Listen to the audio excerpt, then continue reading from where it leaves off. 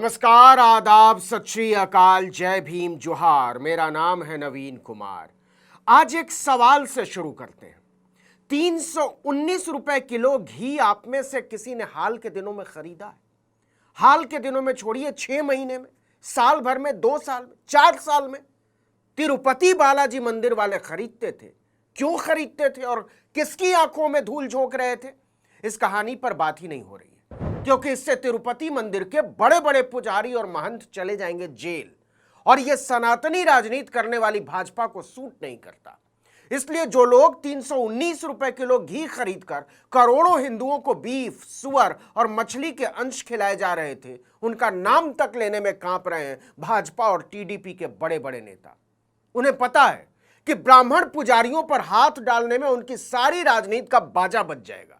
आपको पता ही होगा कि मंदिर के लड्डू निर्माण की पूरी प्रक्रिया में कोई दलित, कोई पिछड़ा, कोई आदिवासी, बाकी छोड़िए कोई गैर ब्राह्मण सवर्ण भी हाथ तक नहीं लगा सकता था। बीफ और मछली के अंश वाले घी से लड्डू बनाने का सारा काम ब्राह्मणों का, ब्राह्मणों के लिए और ब्राह्मणों के द्वारा संचालित था। क्या हुआ? सुनने में अच्छा नहीं लग रहा, लेकिन इस सच्चाई से कब तक भागेंगे? चलिए कुछ चुभते हुए सवालों का सामना करें।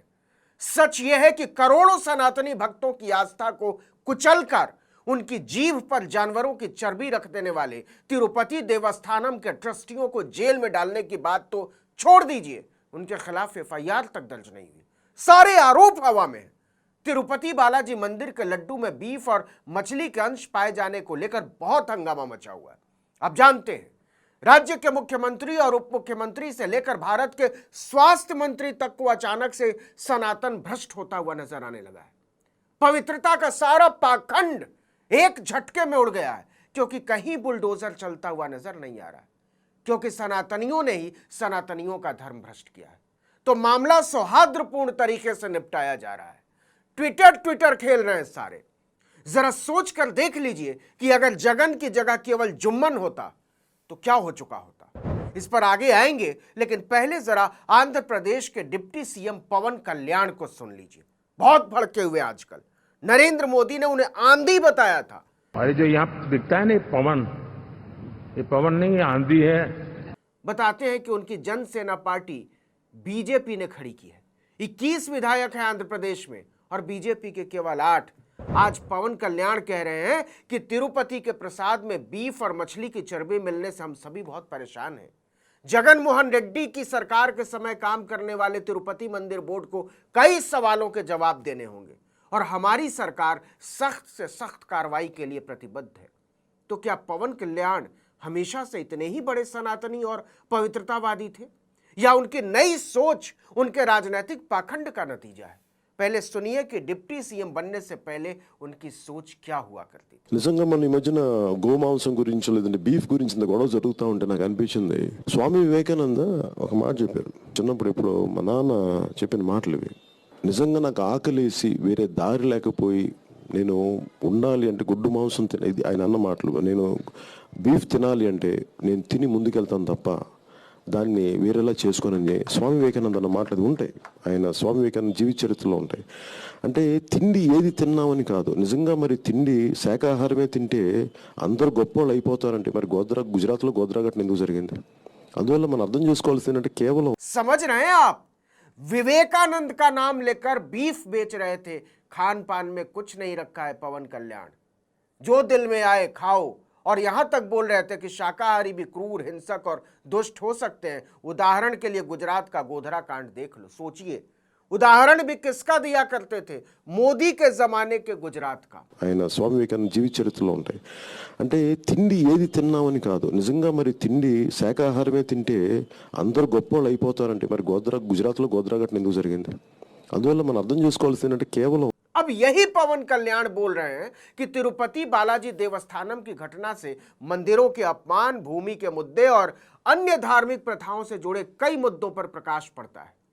पवन कल्याण आगे कहते हैं कि समय आ गया है कि पूरे भारत में मंदिरों से जुड़े सभी मुद्दों पर गौर करने के लिए राष्ट्रीय स्तर पर सनातन धर्म रक्षण बोर्ड का गठन किया जाए। सभी नीति निर्माताओं, धार्मिक प्रमुखों, न्यायपालिका, नागरिकों, मीडिया और अपने अपने क्षेत्र के अन्य सभी लोगों द्वारा राष्ट्रीय स्तर पर एक बहस होनी चाहिए। वो कहते हैं, मुझे लगता है कि हम सभी को किसी भी रूप में सनातन धर्म के अपमान को रोकने के लिए एक साथ आना चाहिए। वाह भाई वाह, इसको कहते हैं मासूमियत, बल्कि बला की मासूमियत। मतलब कौन अपमान कर रहा है? जो विवेकानंद का नाम लेकर बीफ खाने के पक्ष में दलीलें उछाला करते थे, वो अचानक से इतने बड़े सनातनी हो गए हैं कि सनातन के बड़े बड़े ठेकेदार परेशान हैं। हमारे माल पर नजर गड़ाने वाला मार्केट में नया सेल्समैन कहां से आया? लेकिन यही सच है। अब सवाल है कि सारा खेल मंदिर का मैनेजमेंट संभालने वाले तिरुपति देवस्थानम यानी टीटीडी बोर्ड ने किया। घी का ठेका कोई जगन मोहन रेड्डी ने तो दिया नहीं होगा, ना ही लड्डू बेचकर 500 करोड़ रुपए की कमाई वो अपने घर ले जा रहे थे, जा रहा था मंदिर के खजाने में। तो जरा आप ही बताइए, जिस लड्डू से मंदिर हर साल 500 करोड़ रुपए मतलब रोजाना 1 करोड़ 36 लाख रुपए की कमाई करता था और करता है, उसके क्वालिटी चेक का ठेका आपने एआर फूड्स नाम की एक दुकान पर डाल रखा था, जिससे आप 319 रुपए किलो घी खरीद रहे थे। असल में यह करोड़ों लोगों की आस्था के साथ एक मंदिर को चलाने वाले संगठित गिरोह की ठगी और खिलवाड़ का मामला है। यह सीधे सीधे राष्ट्रीय उपभोक्ता मंत्रालय का मामला है, जिसके मंत्री हैं भाजपा के प्रहलाद जोशी। आपने सुना कि उन्होंने एक शब्द भी कुछ कहा हो? प्रसाद के अलावा लोगों को लड्डू मुफ्त में नहीं दिया जाता था, भक्तों से बाकायदा मोटी रकम ऐंठी जाती है। मतलब अगर भक्ति को किनारे भी रख दें तो यह मोटी रकम लेकर सीधे सीधे घटिया माल बेचने का मामला है, और इसमें असली माल खाने वालों को बचाया जा रहा है। आप ही बताइए, दिल्ली में अमूल का फुल क्रीम दूध 68 रुपए किलो, चलिए 60 रुपए मान लीजिए।